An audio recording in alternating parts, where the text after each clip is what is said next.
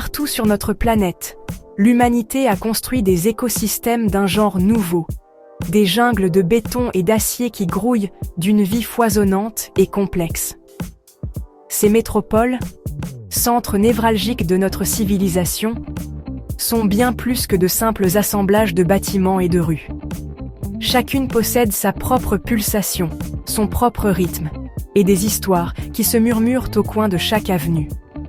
Aujourd'hui, je vous invite à un voyage extraordinaire, une exploration au cœur de ces habitats humains spectaculaires, pour y découvrir les merveilles et les secrets qu'ils recèlent. Saviez-vous que certaines des plus grandes villes du monde cachent des secrets étonnants, souvent invisibles au premier regard? Derrière les façades familières de Tokyo, New York ou Paris, se trouvent des récits d'ingéniosité, de survie et d'adaptation tout aussi captivants que ceux du monde naturel. Nous allons nous aventurer au-delà des cartes postales pour observer les mécanismes uniques qui permettent à ces cités colossales de prospérer. Préparez-vous à voir ces géants urbains sous un jour entièrement nouveau. De la discipline silencieuse des passages piétons de Tokyo à l'héritage inattendu des rues de Londres, nous allons percer les mystères de la vie citadine. Ensemble, nous allons découvrir comment des millions d'individus coexistent, innovent et façonnent ces environnements en constante évolution.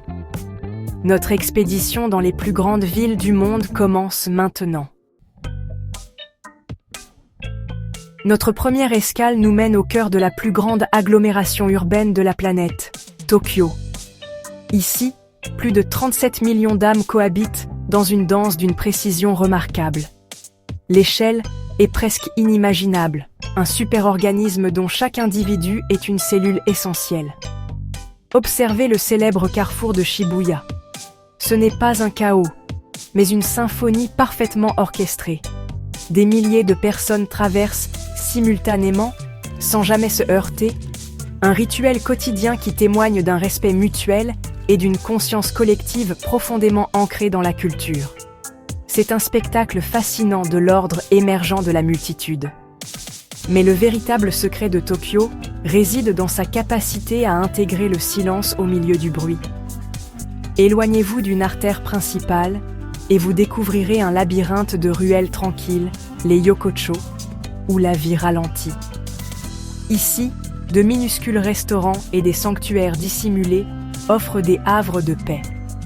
Même les distributeurs automatiques, omniprésents, ne vendent pas que des boissons.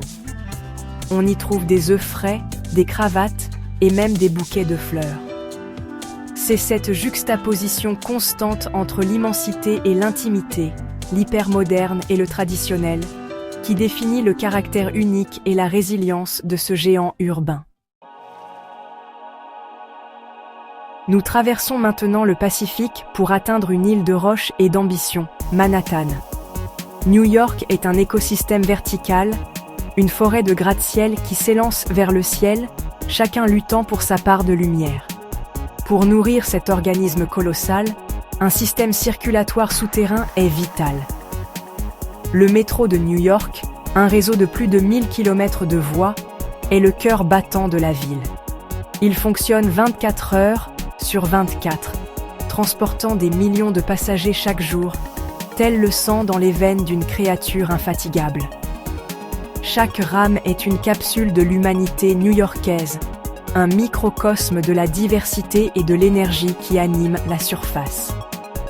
Mais l'étonnant ne se trouve pas seulement sous terre. Regardez ces gratte-ciel.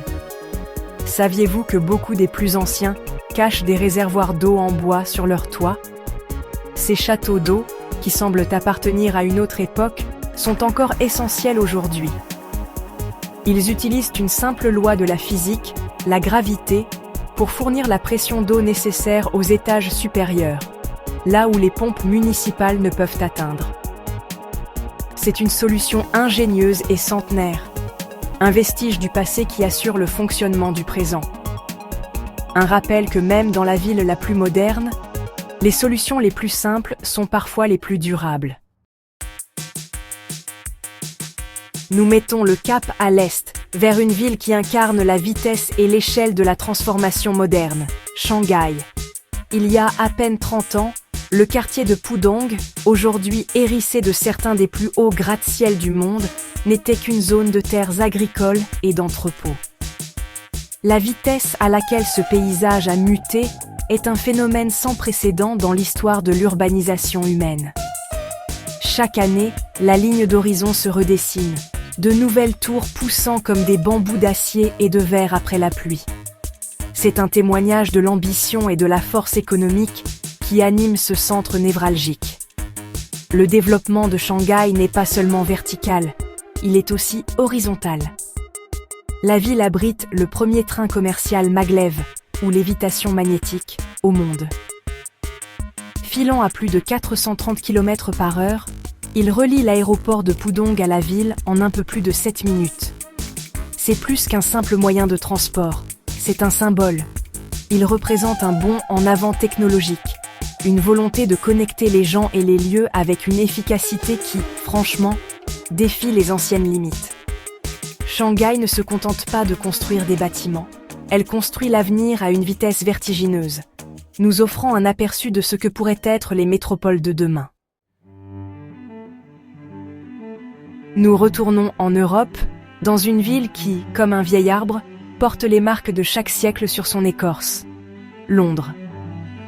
Ces monuments ne sont pas de simples attractions, ce sont des chapitres d'un livre d'histoire à ciel ouvert. Prenez la Tour de Londres.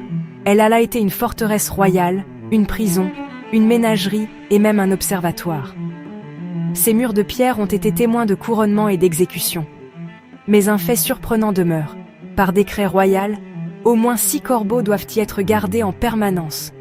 Une légende ancienne dit que si les corbeaux quittent la tour, la couronne tombera, et la Grande-Bretagne avec elle. Un rituel ancien qui persiste au cœur d'une ville ultramoderne. L'histoire de Londres est également enfouie sous ses pieds. Le réseau de rues de la ville n'est pas le fruit d'un plan rationnel, mais d'une croissance organique sur des millénaires.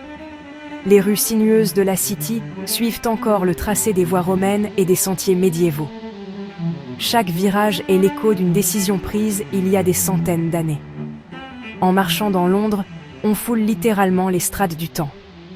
C'est une ville qui a survécu aux fléaux, aux incendies et aux guerres, se reconstruisant sans cesse sur ses propres ruines, intégrant son passé dans la trame même de son présent innovant. Pour notre dernière étape, nous voyageons vers le continent insulaire, en Australie, pour explorer une ville définie par son rapport spectaculaire avec l'eau et la nature, Sydney. Son emblème, l'opéra, avec ses voiles de béton blanc, semble avoir émergé organiquement de la baie.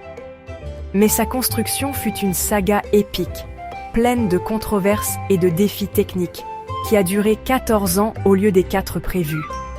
Ce qui est fascinant, c'est que son système de refroidissement est entièrement basé sur l'eau de mer.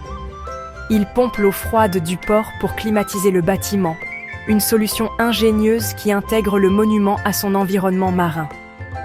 Mais la véritable surprise de Sydney est la persistance de la faune sauvage au cœur de la métropole. Il n'est pas rare d'apercevoir des cacatoès bruyants perchés sur les balcons des appartements, ou des possums agiles se faufilant dans les jardins la nuit. Dans certaines criques abritées du port, on peut même trouver de petites colonies de manchots pygmées, les plus petits du monde, qui reviennent à terre après une journée de pêche. C'est un rappel puissant que même dans nos plus grandes constructions, la nature n'est jamais loin. Sydney est un exemple remarquable de coexistence, un lieu où la jungle de béton n'a pas entièrement effacé la brousse originelle.